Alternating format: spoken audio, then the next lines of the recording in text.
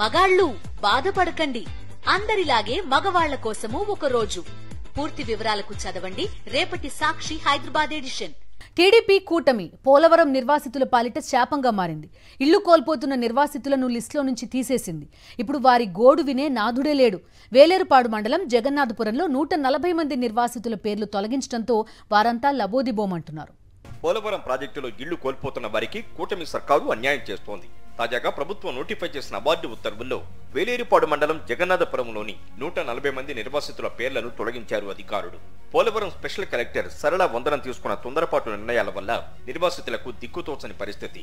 ఆయా కుటుంబాలకు R&R package మంజూరైన ఇంటి పరిహారం జాబితాలో పేర్లను తొలగించారు. దీనిపై నిర్వాసితులు ప్రశ్నించిన అధికారులు నోరు మెదపడం లేదు.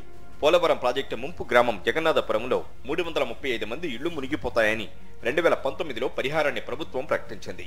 వీరికి పరిహారంగా 20,73 లక్షలు చెల్లించాల్సి ఉంది. అయితే ఇటీవల గ్రామంలోని 195 ఇళ్లకు మాత్రమే స్పెషల్ కలెక్టర్ అవార్డు పాస్ జారీ చేశారు.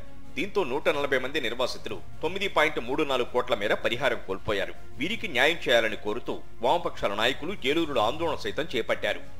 అంటే అక్కడ ఉన్న రెవెన్యూ డిపార్ట్మెంట్ వాళ్ళు అవినీతి వల్ల, అక్రమాల వల్ల అసలు మేము అట్టడుగు పేదవాళ్ళం కదండి. కొంతమందికి R&D ప్యాకేజీ కూడా అందలే. 140 ఏళ్ళు లిస్టులో లేకుండా చేశారు.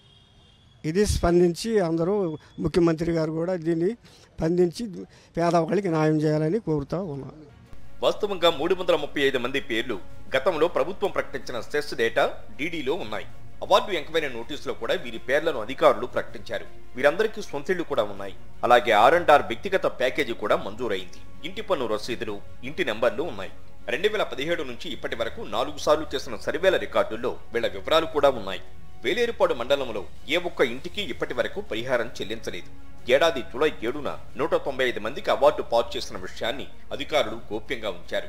అయితే తాజాగా ఈ విషయం బయటపడింది.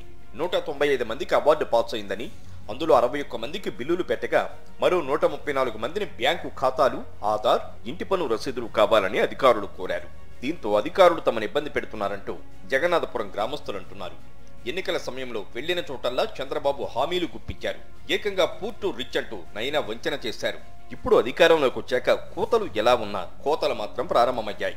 పోలవరం నిర్వాసితులకు షాక్ ఇచ్చింది చంద్రబాబు ప్రభుత్వం.